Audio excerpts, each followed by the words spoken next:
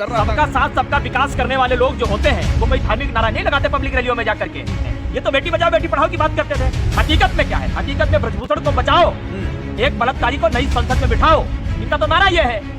जो महिला सम्मान की बात करते थे वो तो महिलाओं को सरेआम सड़क पर घसीटते हैं, उनको रौंदते हैं, पुलिस के बूट उनके मुंह पे होते हैं। कौन सी बात कर रहे हैं आप?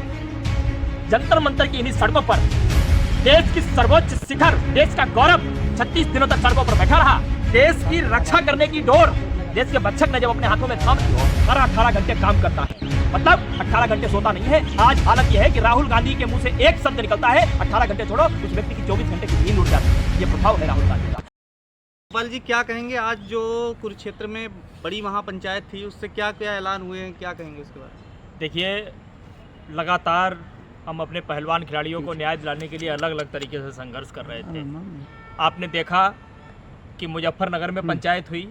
मुजफ्फरनगर में पंचायत के बाद सभी खाम पंचायतों ने अपने फैसलों को सुरक्षित रखा और उन्होंने आश्वस्त किया तमाम लोगों को कि इस फैसले को हम कुरुक्षेत्र में जब हम पंत प्रतिनिधियों के साथ जब पंचायत करेंगे हम ये फैसला वहाँ सुनाएंगे। आज वहाँ पंचायत हुई और उस पंचायत में जो सर्व खाप पंचायत, सर्व जातीय पंचायत में जो फैसला निकल करके आया वो ये निकल करके आया कि 9 तारीख तक का हमने समय सरकार को दिया है। या तो 9 तारीख तक आप ब्रजभूषण की गिरफ्तारी कर लीजिए, या तो 9 तारीख के बाद हम पूरे देश के हर गांव, हर ज़िले में जाने का काम करेंगे, उनको बताने का काम करेंगे कि किस तरीके से ये सरकार सिर्फ उन्हीं लोगों के खिलाफ नहीं है जो इनके साथ नहीं है, ये उनके भी खिलाफ, बहन बेटियों के खिलाफ है जो इनके साथ हैं, इनके साथ लोग काम करते हैं 24 घंटे। ये मैसेज हम पूरे देश में लेकर के जाने वाले हैं।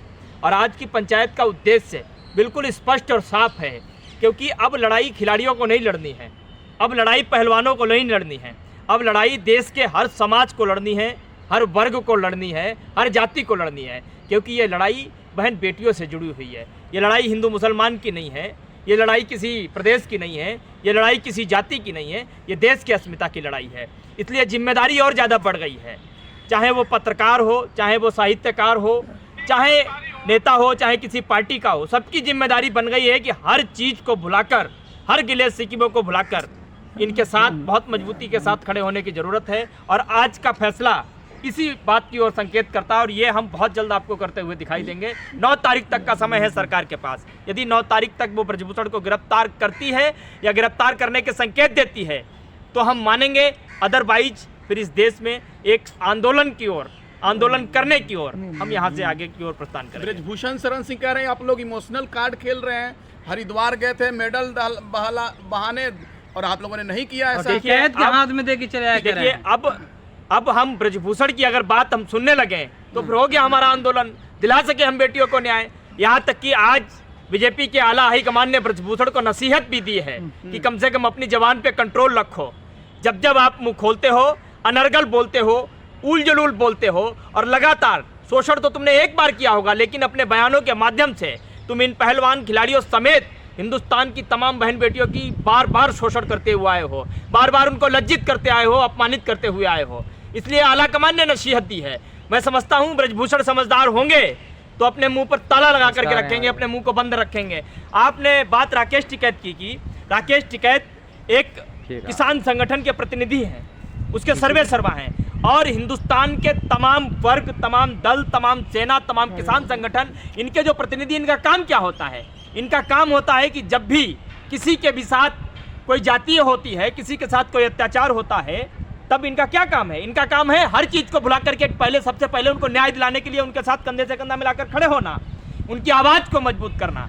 और वो काम राकेश टिकैत कर रहे हैं। और नरेश टिकैत ने जो काम हरिद्वार में जाकर के किया, मैं समझता हूँ कि एक इंसान के तौर पर वो मिसाल है, काबिलिय तारीफ है कि कम से कम एक शख्स गया किसी तरीके से हाँफते दौड़ते भागते हुए 1.5 घंटे के अंदर उन्होंने उन बच्चों को उन मनोस्थिति से बाहर निकाला कि हिंदुस्तान में अभी भी कुछ लोग हैं जो तुम्हारी लड़ाई लड़ने को तैयार हैं। तुम इस स्थिति में नहीं हो कि तुम अपने मेडल बांधो और हार करके तुम इंडिया गेट पे बैठने का निर्णय ले लो कि तुम्हारी लड़ाई लड़ने वाला कोई नहीं है। अभी भी इस देश में लोग बचे हुए हैं। वो अलग बात है कि दुष्प्रचार के चलते, भ्रामिक प्रचार के चलते लोग भ्रमित हो गए, लोग पार्टियों में बट गए, लोग दलों में बट गए और दलों और पार्टियों में बटने से लोग इतना तक भूल गए कि ये लड़ाई हमारी बहन बेटियों की, किसी जाति की लड़ाई नहीं है। और वैसे भी जिन बहनों की लड़ाई बीते 40 दिनों से लड़ी जा रही है, वो किसी एक घर की, किसी एक प्रदेश की बेटी नहीं है, क्योंकि मेडल उन्होंने देश के लिए जीता है। उनको मेडल बाद में मिला है, देश को मेडल पहले मिला है, तो वो देश की धरोहर हैं। और देश की धरोहर की लड़ाई तो पूरे देश को मिलकर के लड़नी चाहिए ना। और वो काम हम कर रहे हैं, और वो उस काम को करने में यदि कोई सवाल खड़ा करता है, मैं समझता हूँ वो बहन बेटियों का प्रेमी नहीं हो सकता, उनके न्याय का पक्षधर नहीं होता, और वो अपने घर में भी वो न्याय नहीं चाहता होगा अपनी बहन बेटियों के साथ जो इस तरीके की बात करता है। 1983 के क्रिकेट वर्ल्ड कप जीतने वाली जो टीम है उसने भी समर्थन कर दिया है। देखिए, कपिल देव पहले ही समर्थन में आ चुके थे, और आज मैंने देखा कि पूरी की पूरी विश्व विजेता टीम जो 1983 के वर्ल्ड कप चैंपियन की थी, आज पूरी टीम ने समर्थन किया। तमाम खिलाड़ियों ने, वीरेंद्र सहवाग, नीरज चोपड़ा, तमाम ऐसे खिलाड़ी हैं, धीरे धीरे करके लोगों ने समर्थन करना शुरू किया। और यहाँ तक कि सुषमा स्वराज की बेटी, वो इन बेटियों के पक्ष में खड़ी है। वो कह रही है कि इन बेटियों को न्याय किसी भी कीमत पर मिलना चाहिए।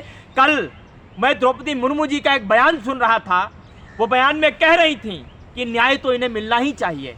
वो प्रेशर में कह रही थी, और इतना तक उन्होंने संकेत दिए कि पहले कुछ चीज़ें हमारे पास आती थी, वो डायरेक्ट पहुंच जाती थी, लेकिन अब हमारे पास नहीं पहुंचती हैं। पता नहीं क्या कारण है। तो इसका मतलब साफ है कि इस देश के राष्ट्रपति, क्या न्यायपालिका, हर चीज पर शिकंजा तो कहीं ना कहीं है। और किसका ऐसे में शिकंजा है? सरकार किसका शिकंजा है? सरकार का शिकंजा है। सरकार तो कह रही है कि सबका साथ सबका विकास, हम ही तो 14 के बाद से विकास कर रहे हैं, सब लोग कोई कर रहा था। सबका साथ सबका विकास करने वाले लोग जो होते हैं वो कोई धार्मिक नारा नहीं लगाते पब्लिक रैलियों में जाकर के।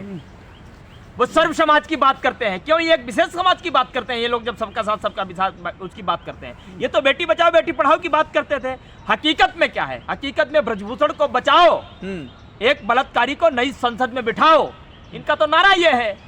जो महिला सम्मान की बात करते थे, वो तो महिलाओं को सरेआम सड़क पर घसीटते हैं, उनको रौंदते हैं, पुलिस के बूट उनके मुंह पे होते हैं। कौन सी बात कर रहे हैं आप? बेसिकली इनका जो नारा था सबका साथ सबका विकास, उसकी हकीकत यह है कि अत्याचारियों भ्रष्टाचारियों का साथ, बलात्कारियों का विकास, और बाकी जनता का सत्यानाश करने का काम भारतीय जनता पार्टी और आरएसएस ने जो 9 साल में किया है वो जग जाहिर है। 9 साल बेमिसाल कह रहे हैं, और आप कह रहे हैं 9 साल में सत्यानाश हुआ है। भाजपा कह रही है 9 साल बेमिसाल। आप बिल्कुल ठीक कर रहे हैं, 9 साल बेमिसाल। देखिए, जो झूठ की बुनियाद पर खड़े होकर के काम करने की मंशा रखता है, झूठ की बुनियाद पर खड़े होकर के हिंदुस्तान को गुमराह करने की मंशा रखता है, झूठ की बुनियाद पर खड़ा होकर इस देश की संपत्ति को बेचने की मंशा रखता है, जो झूठ की बुनियाद पर खड़े होकर इस देश की बहन बेटियों के साथ शोषण करने का प्रयास करता है, मंशा रखता है, जो झूठ की बुनियाद पर खड़े होकर देश के लोकतंत्र को कुचलने की मंशा रखता है, जो झूठ की बुनियाद पर खड़े होकर इस देश के संविधान को जलाने का, उसकी प्रतियों को फाड़ने की मंशा रखता है, तो वो तो कहेगा ही 9 साल बेमिसाल, क्योंकि वो जो करना चाहते थे वो करते हुए सफल दिखाई दे रहे हैं। जिस तरीके से संसद का उद्घाटन किया, संसद का मतलब जानते हो आप? संसद वो स्थान होता है जहां देश के हर वर्ग, हर समूह, हर दल, हर जाति के लिए फैसले लिए जाते हैं। एक तराजू पे एक समान सबको तौला जाता है, लेकिन आप वहां घंटी बजवा रहे हो, आप वहां पूजा करवा रहे हो। इसका मतलब क्या हुआ? इसका मतलब देश के जो और समाज हैं, चाहे क्रिश्चियन हो, चाहे माइनॉरिटीज हो, चाहे सिख कौम के लोग हों, आप उनको तो नदारत कर रहे हैं, उनको तो जीरो कर रहे हैं, उनको तो सिरे से भुला देना चाह रहे हैं। सब समाज के लोग वहां पर प्रवचन दिए, तब जाकर उद्घाटन हुआ था। वो तो इसका बड़ा उदाहरण मैं क्या दूं इससे बड़ा, कि जिस संसद का आप उद्घाटन कर रहे थे, देश की सबसे बड़ी पद पर विराजमान माननीय राष्ट्रपति द्रौपदी मुर्मू जो, वो एक दलित हैं, एक आदिवासी समाज से आती हैं। आपने उनसे उद्घाटन तो नहीं करवाया, आपने उनका अपमान तो किया ही किया, लेकिन कम से कम उन्हें निमंत्रण दे के बुला तो लेते, उन्हें बैठा तो लेते, वहां इतना ही सम्मान कर लिया होता। लेकिन आप सोचिए, जो मानसिकता एक दलित को संसद भवन में बुलाने से दलित को अपवित्र होने जैसी सोच रखती हो, वो क्या सर्व समाज की बात करेगी? क्या सर्वधर्म संभाव की बात करेगी? आपको समझ में नहीं आता। और खासकर मैं एक बात बीते 4-5 सालों से बहुत तेजी से कहते आया हूं कि इस देश में धर्म से, सनातन से, संस्कृति से, संस्कार से भारतीय जनता पार्टी का दूर दूर तक कोई लेना देना नहीं है। इनका जो धर्म है, इनकी जो सनातन संस्कृति है, इनका जो एजेंडा है, वो एजेंडा इस हिंदुस्तान को गुलाम बनाने का है, हिंदुस्तान के लोगों को मानसिक तौर पर तोड़ देने का है। और ये स्पष्ट दिखाई देता है, क्योंकि आप देखिए कि बीते कुछ समय पहले आपने देखा होगा कि ओवैसी कार्ड खेला गया था एक, और ओवैसी कार्ड को लेकर के भारतीय जनता पार्टी ने बंदरों की तरह खूब उछल कूद मचाई थी। कि ओबीसी का अपमान कर दिया, ओबीसी का राहुल गांधी ने अपमान कर दिया। लगातार कैंपेन चला था कि नहीं चला था? जी। जंतर मंतर की इन्हीं सड़कों पर देश की सर्वोच्च शिखर, देश का गौरव 36 दिनों तक सड़कों पर बैठा रहा। वो किस समाज से आती थी? ओबीसी समाज से आती थी। इतनी ही चिंता और इतनी ही फिक्र आपको थी तो क्यों नहीं सुन ली थी जाकर बात ने? आपने उसी ओबीसी समाज की बेटी की, या मैं तब कह रहा हूं, मैं कहना नहीं चाहता हूं, लेकिन इनकी सोच से रिलेट करके आपको बता रहा हूं। वो ओबीसी समाज की बेटियों को जिस दिन सदन का उद्घाटन आप कर रहे थे, उसी दिन उन बेटियों को अपने इस खाकी वर्दी से सड़कों पर घसीटने का काम कर रहे थे। आपको शर्म नहीं आती तो पैसे की? दोहरा चरित्र इस देश में, दोहरे मापदंड इस देश में जिस तरीके से नरेंद्र मोदी और उनकी मंशा ने इस देश में कायम करने के प्रयास किए हैं, उसने इस देश की संस्कृति को छिन्न भिन्न करने का काम किया है। ये बात जितनी जल्दी हो उतनी जल्दी इस देश के लोगों को समझ जानी चाहिए। अदरवाइज आपको मालूम है कि हिंदुस्तान में अंग्रेजों ने इतने लंबे समय तक शासन कैसे किया? लोगों को तोड़कर ही तो किया। जाति को जाति से लड़ाया, धर्म को धर्म से लड़ाया, प्रदेश को प्रदेश से लड़ाया, भाई को भाई से लड़ाया, तभी तो इतना लंबा राज कर पाए। और उसी नीति को लेकर के चल रहे हैं। क्यों? क्योंकि भारतीय जनता पार्टी जो आज की है, 2002 के पहले भारतीय जनता पार्टी एक अलग पार्टी थी। इसके बाद की जो भारतीय जनता पार्टी है, इसके बाद की जो आरएसएस की नीति है, इसमें तो खून तो अंग्रेजों का ही है। ये उन्हीं के तो दलाल हैं। खो करके आया जिसके ऊपर आपराधिक मामलों में मुकदमे दर्ज हुए, और वही आदमी जब इस देश का गृह मंत्री बनकर के बैठा है, देश की रक्षा करने की डोर देश के बच्चक ने जब अपने हाथों में थाम ली हो, तो मैं इसके आगे क्या सवाल करूं और क्या आपको मैं जवाब दूं? कोई बात नहीं रह जाती। अब ये सारे सवाल मैं इस देश की जनता के ऊपर छोड़ता हूं, फैसला आपके हाथ में है। सर आखिरी सवाल चाहते हैं। राहुल गांधी जी कह रहे हैं कि अगर विपक्ष एकजुट हो जाए तो 2024 में मोदी सरकार हार सकती है। कोई दो राय नहीं है। क्या मतलब हार सकती है? तो 24 कोई दो राय नहीं है। क्या 2024 तो बीजेपी हार गई है? हार गई है बीजेपी? बिल्कुल हार गई है। मैं ये इसलिए कह रहा हूं क्योंकि बड़े बड़े पत्रकार दिखा रहे हैं कि फिर मोदी सरकार 2024 में। अरे ये पत्रकार तो गिरगिट है। हाँ।